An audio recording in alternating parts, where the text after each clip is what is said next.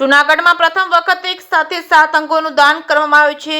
ખાસ green corridor દ્વારા તમામ અંગો કરવામાં આવ્યા હતા. રવાના રિબર્થ હોસ્પિટલથી કેશોદ એરપોર્ટ સુધી ગ્રીન કોરિડોર દ્વારા હૃદય અને ફેફસાના અંગો પહોંચાડવામાં આવશે. અન્ય એકમાં અમદાવાદ સુધી બાય રોડ ગ્રીન કોરિડોર દ્વારા લીવર કિડનીને પહોંચાડવામાં આવશે. શીલાબેન ચાચડિયા ઉંમર વર્ષ 43નું બ્રેન ડેડ થતાં તેના અંગોનું દાન કરવામાં આવ્યું હતું. 7 લોકોને મળશે નવી જિંદગી.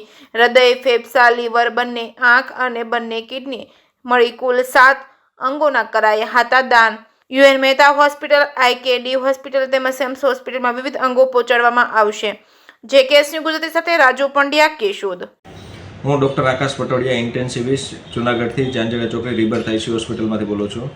અમારે ત્યાં અત્યારે એક દર્દી છે, શીલાબેન ઉમેશભાઈ ચાચડિયા, ઉંમર છે 43 વર્ષ, હરિઓમનગરના રહેવાસી છે. રવિવારે અર્લી મોર્નિંગમાં એમની કન્ડિશન બગડતા તાત્કાલિક ધોરણે અમારા આઈસીયુમાં લેવામાં આવ્યા હતા. દર્દી દાખલ કર્યા ત્યારે બેભાન હતા, એટલે એમને તાત્કાલિક વેન્ટિલેટર પર લેવામાં આવ્યા. ત્યારબાદ બધું નિદાન કરતાં ખબર પડી કે એમને મોટો પેરાલિસિસ એટેક આવેલો હતો. મગજના પાછળના ભાગમાં મોટો પેરાલિસિસ એટેક.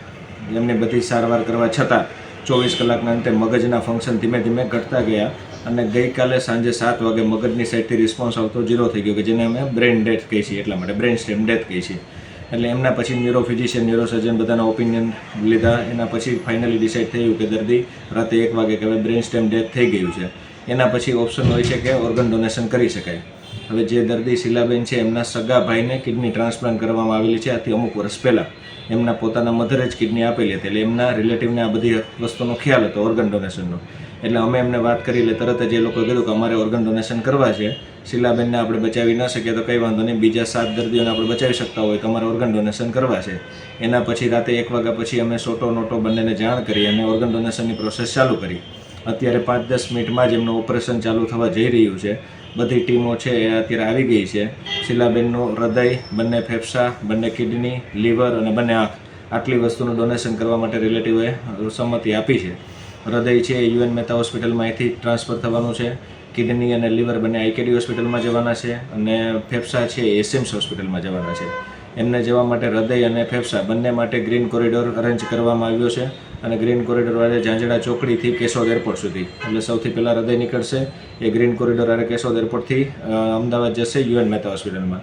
પછી બીજા અવયવમાં નીકળશે ફેફસા, એના માટે પાછા green corridor through Keshod airport જશે અને ત્યાંથી જશે સેમ્સ હોસ્પિટલમાં. એના પછી કિડની અને લીવર એ આઈકેડી હોસ્પિટલમાં બાય રોડ ગ્રીન કોરિડોરથી જૂનાગઢથી અમદાવાદ સુધી જશે. એટલે 3 વખત ગ્રીન કોરિડોર અરેન્જ કરવામાં અત્યારે જૂનાગઢ પોલીસ બધી તૈયારીઓ કરી રહી છે અને 3 ગ્રીન કોરિડોર સાથે બધા અવયવોને સાંજ સુધીમાં જે તે દર્દીઓ સુધી પહોંચાડવામાં આવશે. હૃદયનું ડોનેશન જૂનાગઢમાંથી પ્રથમવાર થઈ રહ્યું છે.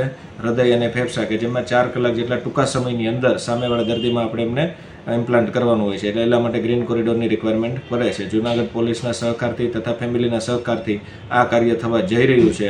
તો આજે સાંજ સુધીમાં મોસ્ટલી બધા અવયવોને બધું ઓર્ગન ડોનેશન પર થઈ જશે અને ત્યાં આગળ ઇમ્પ્લાન્ટેશન પર થઈ જશે. બરાબર, એટલા માટે.